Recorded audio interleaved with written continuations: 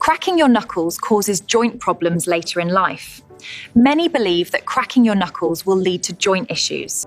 However, the NHS states that there's no clinical evidence directly linking knuckle cracking to arthritis or joint damage. While it's true that some people may experience temporary discomfort, the full evidence is on MedWiki. This is for general information only.